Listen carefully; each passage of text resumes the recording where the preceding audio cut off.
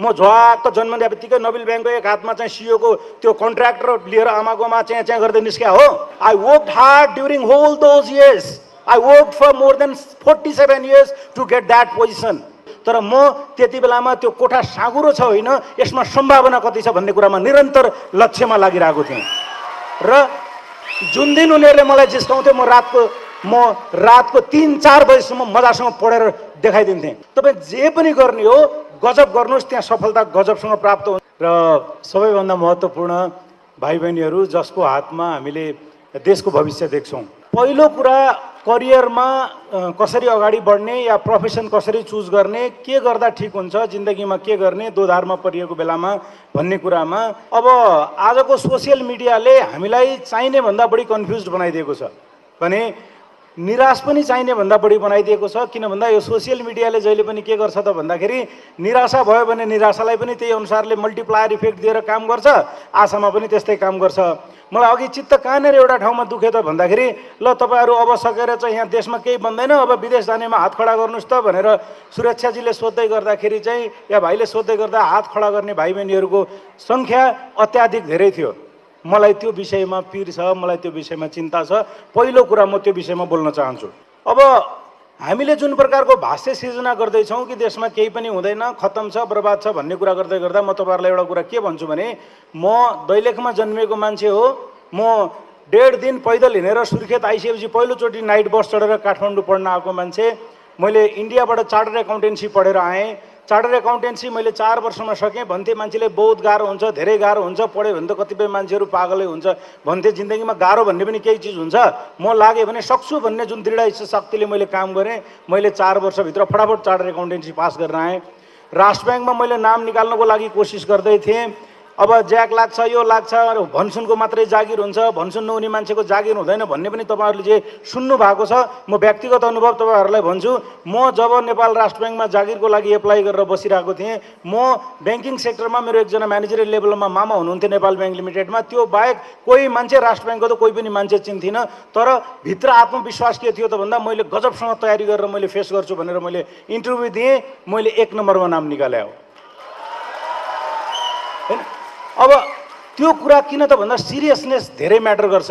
र सम्भावनाकै कुरा गर्दा हामी 8 जना चार्टर्ड एकाउन्टेन्टहरू नेपाल राष्ट्र ब्याङ्कमा जोइन गरेको थियौँ। त्यति बेलामा जोइन गरेको 8 जना मध्ये 5 जना विदेश जागिर गर्नुभयो, पछि 1 जना अहिले पनि विदेशतिर हुनुहुन्छ। तर म आज तपाईँलाई भन्छु, म गर्वसाथ तपाईँहरूसँग के भन्दैछु भन्दा मैले कुनै बेलामा भिजा पनि एप्लाई गरिनँ, कुनै बेलामा डिबी पनि एप्लाई गरिनँ। गयो विदेश घुम्नलाई गयो होला, मैले कहिले पनि देश छोड्ने विचार गरिनँ। तर आजको डेटमा तपाईँहरूसँग अगाडि बसेर यहाँ बसेर भन्दैछु, मेरो प्रगति, मेरो आजको डेटमा मोनिटरी बेनिफिट या अरू चिजहरू मसँग सँगै काम गरेर विदेशिनु भएको साथीभन्दा कमसेकम पनि 3 गुणा बढी छ र म बढी सन्तुष्ट छु।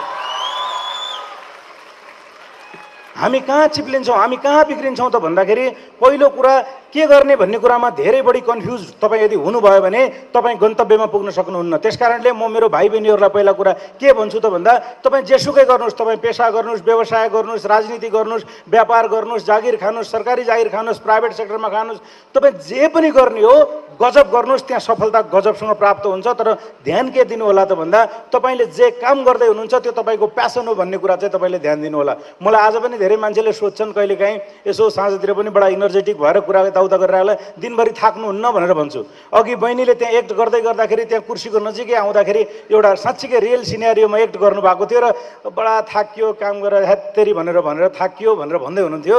जब तपाईँ घर फर्किँदाखेरि जुनसुकै पेसा या काम गरेर हेत्तेरीका बेसरी थाकियो, आजको दिनमा बल्ल पार भयो भनेर तपाईँले कुनै काम गर्नुभयो भने तपाईँलाई प्रगति हुँदैन। म भन्छु आज म ब्याङ्क छिर्नुभन्दा पहिला बडा इनर्जीको साथ छिर्छु। जब म 7:30-8 बजे घर पुग्छु मलाई लाग्छ I did it, 1 more day, अझै मैले गजब काम गरेँ भन्ने कुरा फिल हुन्छ। जब म त्यो फिलिङले काम गर्छु भने मलाई निन्द्रा पनि राम्रो लाग्छ, थकाइ पनि लाग्दैन, काम गर्दा कहिले पनि बोझ लाग्दैन।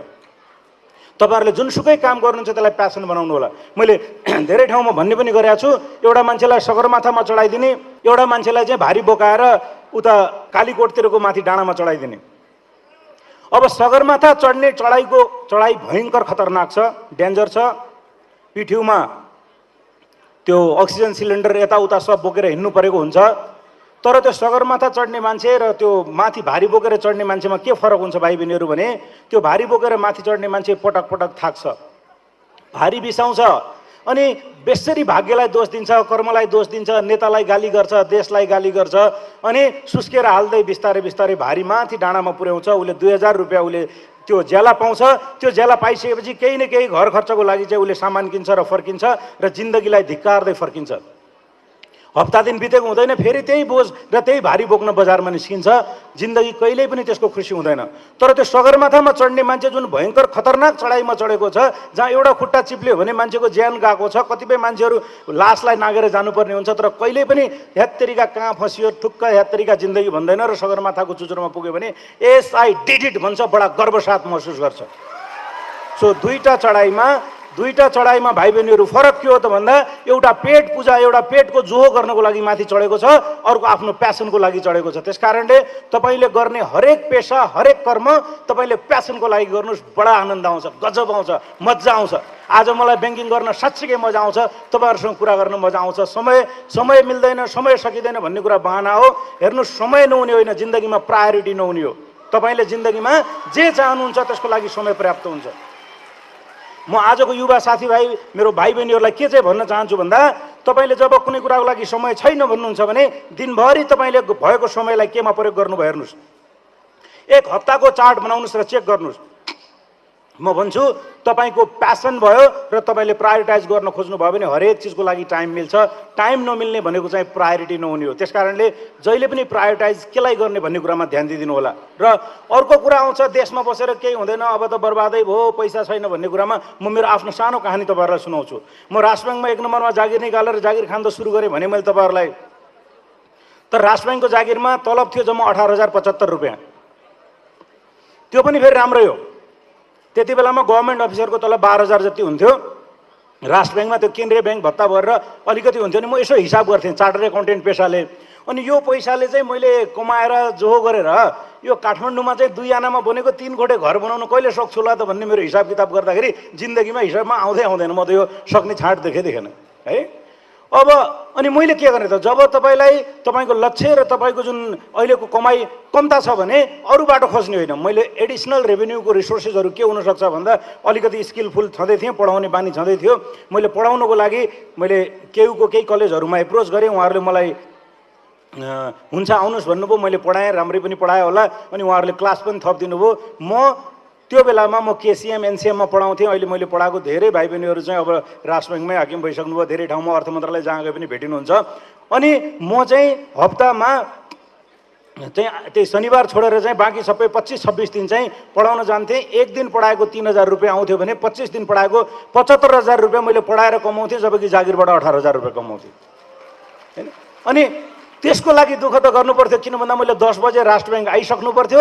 बिहानको क्लास 6 बजेबाट सुरु गर्नको लागि त 5 बजे उठेर नुहाई धुवाई गरेर तयारी भएर जानु पर्यो। म बस्थेँ धापासी, जानु पर्थ्यो गुवारको, अनि त्यसपछि त्यो साइडमा। भनेपछि अलिकति मेहनत, अलिकति दुःख गरेर काम गर्नुभयो भने अब त्यसपछि त्यहाँ सकिएन कुराकानी। अब त्यो 75,000ले पनि हुँदैन। सो आई इन्भेस्टेड, अलिकति सेयरहरूमा लगानी गरेँ, आइपिओमा लगानी गरेँ। त्यो चिजले मेरो चाहिँ नेटवर्थ पोर्टफोलियोलाई अलिकति इन्क्रिज गर्दै गयो। बेला यस्तो आयो, मैले भनेको छु धेरै ठाउँमा 125 रुपियाँमा किनेको त्यो किस्ट ब्याङ्कको सेयर पछि बढेर चाहिँ 1700-1800 पुग्दाखेरि बेचेँ। त्यो बेचेर मैले घर किनेँ, दायाँ बायाँ बदमासी केही पनि गर्नु परेन। अहिले पनि म त्यो घरमा बस्छु।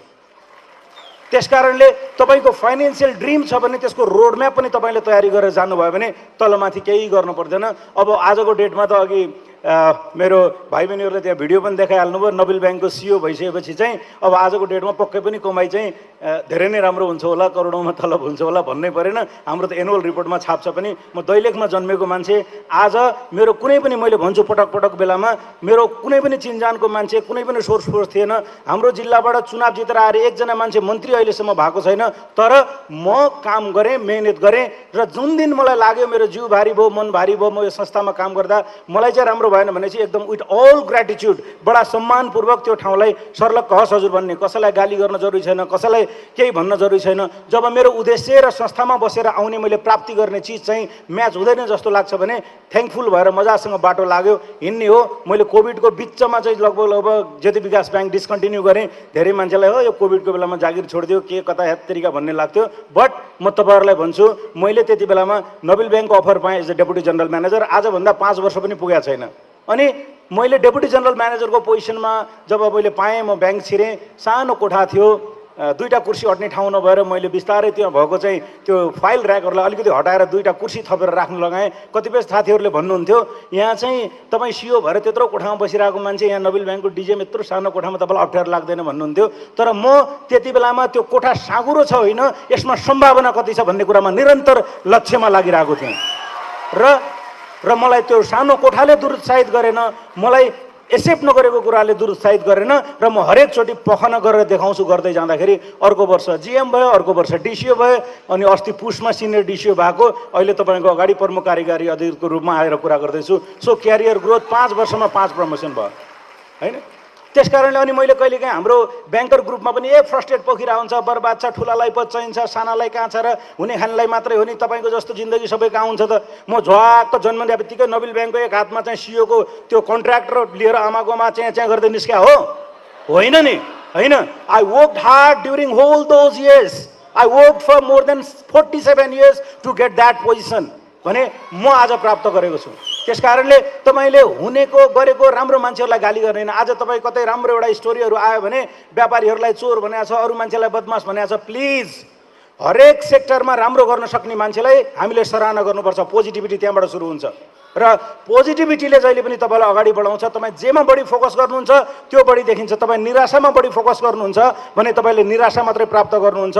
तपाईँहरूले आजको डेटमा हेर्ने के हो त भन्दा तपाईँसँग आफूसँग भएको स्किल, तपाईँको आफ्नो एटिच्युड, तपाईँको आफ्नो इन्ट्रेस्ट, तपाईँको फाइनेन्सियल ब्याकग्राउन्ड, तपाईँको फाइनेन्सियल गोल, तपाईँको परिवारको स्थिति के छ र तपाईँ कहाँ पुग्न चाहनुहुन्छ भन्ने कुरा सानो एउटा चिटमा लेखेर राख्नुहोस् र तपाईँलाई कुन पेसाले त्यहाँ पुर्याउँछ भन्ने कुरा चुज गर्नुहोस्। तपाईँहरूलाई अलिकति गाह्रो भयो भने आफ्नो मेन्टरहरूसँग सहायता लिनुहोस्, उहाँहरूले तपाईँलाई यसरी गर्नुहोस् भनेर सल्लाह दिनुहुन्छ। जे काम गरे पनि अथाह सम्भावना छ। म भन्दैछु जागिर गरेर अब नोबेल ब्याङ्कको सिओ भए, म अब सिओको टेनर पछि चाहिँ के गर्छु होला भन्ने कुरा आजै मलाई थाहा छ। व्यापार उद्यम व्यवसाय गर्न अझै पनि टाइम छ। कहिले सुरु गर्दा कहिले राम्रो गर्न सकिन्छ भन्ने कुराको कुनै मापन छैन। त्यस कारणले हरेक ठाउँमा तपाईँले सम्भावना मात्रै देख्ने कोसिस गर्नुभयो भने सम्भावना मात्रै देख्नुहुन्छ। धेरै हामीले नेगेटिभ कुरा चाहिँ गर्ने नगरौँ। र तपाईँहरूले कस्तो भिडियोहरू हेर्नुहुन्छ, आजको डेटमा this device can make you, this device can break you. आजको डेटमा यो जादुई पुडिया जुन हातमा छ तपाईँको, यसमा टिकटक खोलेर हेर्न थाल्नुभयो भने रातमा 12-1 बजेसम्म पनि निन्द्रा नलागेको हुन्छ होइन। अर्को खोलौँ भइरहेको हुन्छ। जब किताब पढ्न थाल्नुहुन्छ के हुन्छ, किताब पढ्न थाल्यो भने त 9 बजे किताब समात्यो भने त 9 बजेर 10 मिनटमा त आँखा झ्याप्प हुन्छ, सुतौँ हुन्छ। किन त्यस्तो हुन्छ त भन्दाखेरि इन्ट्रेस्ट क्रिएट नभएर हो। त्यस कारणले तपाईँले जे गर्दै हुनुहुन्छ त्यसमा इन्ट्रेस्ट क्रिएट गर्नुहोस्। र कस्तो प्रकारको भिडियो स्क्रोल गरेर तपाईँले युट्युबमा हेर्नुहुन्छ, टिकटकमा हेर्नुहुन्छ या फेसबुकको रिलमा हेर्नुहुन्छ, त्यसले तपाईँको माइन्डसेट डेभलप गर्नलाई सहयोग गरिरहेको हुन्छ। त्यस कारणले हिजो मान्छे सङ्गतले बिग्रिन्छ भनेर भन्थे नि, सङ्गत गुनाको पारङ्गति भन्थे। आजको डेटमा यो मोबाइल डिभाइस गुनाको पारङ्गति हुन्छ। तपाईँले हिजोको सङ्गत आज मान्छे यो डिजिटल जमानामा यहाँ आइसकेको छ। प्लिज म युथहरूलाई के भन्छु त भन्दा तपाईँले हेर्ने भिडियोहरू आजको डेटमा त्यो चाहिने नचाहिने भन्दा सार्क ट्याङ्कको चलिरहेको छ त्यो हेर्नुहोस् न अहिले होइन। सार्क ट्याङ्कको भिडियोहरू हेर्नुहोस्, त्यहाँ आइडिया देखिन्छ, त्यहाँ प्रोसेस देखिन्छ, त्यहाँ मोटिभेसन देखिन्छ होइन। चाहिने नचाहिने गाली गरेर बसिरहेको मान्छेहरूको, धुमधाम गरेको मान्छेहरूको मिलियन्स अफ भ्युज भएको भिडियोहरू नहेरिदिनुहोस्। तपाईँले त्यस्तो प्रकारको चिजहरू एक्सप्लोर गरेर हेर्नुहोस् जसले तपाईँलाई इकोनोमीको बारेमा भन्न सकोस्, जसले तपाईँलाई अपर्च्युनिटीको बारेमा भन्न सकोस्, जसले तपाईँलाई राम्रो गर्न सकोस्। र तपाईँको फाइनेन्सियल लिटरेसी चाहिँ राम्रो हुनुपर्छ। र साँच्चीकै इमान्दारितापूर्वक नेपालमा काम गर्ने हो भने उद्यमी व्यवसायी पनि कोही मान्छे डुब्दैन। तपाईँको फाइनेन्सियल म्यानेजमेन्ट र फाइनेन्सियल क्यास फ्लो म्यानेजमेन्ट चाहिँ राम्रो हुनुपर्छ। यति गरेर जानुभयो भने नेपालमा अथाह सम्भावना छ। कसैले सम्भावना छैन भन्छ भने म त्यसलाई विश्वास गर्दिनँ, किन भन्दा मैले सम्भावना प्राप्त गरेको छु र अझ बढी सम्भावना देखिरहेको छु। त्यस कारणले म त तपाईँहरूलाई के भन्छु त भन्दा सम्भावना खोज्नुहोस्, सम्भावनामा फोकस गर्नुहोस्, आफ्नो कोर स्ट्रेन्थलाई त्यसमा डाइरेक्ट गर्नुहोस्। तपाईँले सोचेको, तपाईँले चाहेको उद्देश्य प्राप्त गर्नुहुन्छ। म यो कुरामा विश्वास गर्छु। मलाई अहिले पनि लाग्छ, म जब सिए पढ्न इन्डियामा गइरहेको थिएँ साथीहरूले जिस्काउँथे, जिसकाउँथे अरे कहाँ से आया, नेपाल से आया है, सीए करेगा। हाँ सीए करेंगे भैया, पढ ले बेटा, नया मुल्ला प्याज बहुत खाता है, पढ ले जिस्काउँथे क्या। अब तपाईसँग दुईटा चोइस हुन्थ्यो, मसँग एउटा चोइस के थियो त भन्दा ए कहाँ फसिएछ यार जिन्दगीमा, कहाँ इन्डिया आयो, यिनीहरूले जिस्काई गर्यो भनेर म फ्रस्ट्रेट हुने या के हुने। मैले तिनीहरूले जब जिस्काउँथेँ नि भाइ बहिनीहरू, तपाईँहरूलाई अहिले भन्दैछु, मलाई यस्तो इख लाग्थ्यो, पक तँलाई म पढेर तेरै अगाडि चार्टर्ड एकाउन्टेन्ट बनाएर देखाइदिन्छु भनेर जुन दिन जिस्काउँथेँ नि, जुन दिन उनीहरूले मलाई जिस्काउँथ्यो, म रातको 3-4 बजीसम्म मजासँग पढेर देखाइदिन्थेँ र फटाफट जाँच दिएँ। दुईचोटि त सुरुमा म फेल पनि भएँ, त्यसपछि चाहिँ म फटाफट 4 वर्षमा पास भएर आएँ। अहिले त्यही साथीहरूले मलाई पछि भन्थे अरे यार नेपाल की पढाई मान्नी पड़ेगी, बन्दा रुकाई नहीं 4 साल में सीए बन गया, मान्नी पड़ेगी यार भन्छ हैन। त्यसकारणले तपाईले भइरहेको सिचुएसनलाई, तपाईप्रति आउने कुराहरूलाई कसरी तपाईले ड्राइभ गर्नुहुन्छ। इनर्जी नै हो भाइ बहिनीहरू, आगो नै हो। त्यो आगोलाई हामीले सदुपयोग गर्यौँ भने खाना पाक्छ, त्यो आगोलाई यतापट्टि घरतिर जोस दियो भने घर पनि डढ्छ। त्यसकारणले यो फोर्स, यो इनर्जी, यो युवाहरूको जोसलाई पोजिटिभिटीतिर तपाईले फोकस गरेर जानुहोस्। अत्यन्त धेरै सम्भावना छन्, हरेक ठाउँमा सम्भावना छन्। युवाहरू चाहिँ विदेशिएर गएर सबै भएर सकियो भन्ने कुरालाई पनि म अघि सुरक्षाजीसँगै म सहमत छु। किन भन्दा तपाईँहरू आज ग्लोबल सिटिजन भइसक्यो। आजको डेटमा यो बााउन्ड्रिजले कसै मान्छेलाई रोक्दैन। तपाईँ अथाह सम्भावना विदेशमा देख्नुहुन्छ भने पनि जानुस्, तर देशमा सम्भावना छैन, सकिएन भनेर होइन, म यहाँभन्दा त्यहाँ बेटर गर्छु भनेर जाने हो, देशमा पनि सम्भावना छ भनेर जाने हो। र मेरो यति कुरा तपाईलाई, केही मेरो व्यक्तिगत कुरा मैले सेयर गरेँ, केही तपाईँहरूले गर्नुपर्ने कुरा सेयर गरेँ। प्लिज आफ्नो समयलाई उचित व्यवस्थापन गरिदिनु होला। आफूले के हेर्छु सोसियल मिडियामा भन्ने कुरालाई रेगुलेट गरिदिनु होला। आफ्नो मोटिभेसनको लेभल एकदम राम्रो राखेर बस्नु होला। सोसियल मिडियामा नेगेटिभ कमेन्ट गर्ने होइन, पोजिटिभ मेसेजहरूलाई स्प्रेड गरिदिनु होला। तपाईहरूले देश बनाउँछ, आउँदो र तपाईँहरूको पालामा देश गजब बन्ने छ। हामी जस्तो मान्छे दैलेखको दुर्गम ठाउँमा आएर यहाँ भनिहालेँ नि मैले, 1.5 दिन हिँडिसकेपछि बल्ल बस देखेको मान्छे यहाँ पुग्छ भने मेरो भन्दा 3 गुणा बढी 5 गुणा पहिले तपाईँहरूको प्रगति हुनुपर्छ र हुन्छ भन्ने कुरा विश्वास छ। र यो हौसला कायम राखेर तपाईँहरूले आफ्नो हरेक पेसा व्यवसायमा अगाडि बढ्नु होला भन्दै म यो युथ फेस्टिभलको आयोजकहरूलाई, मलाई पनि यतिजना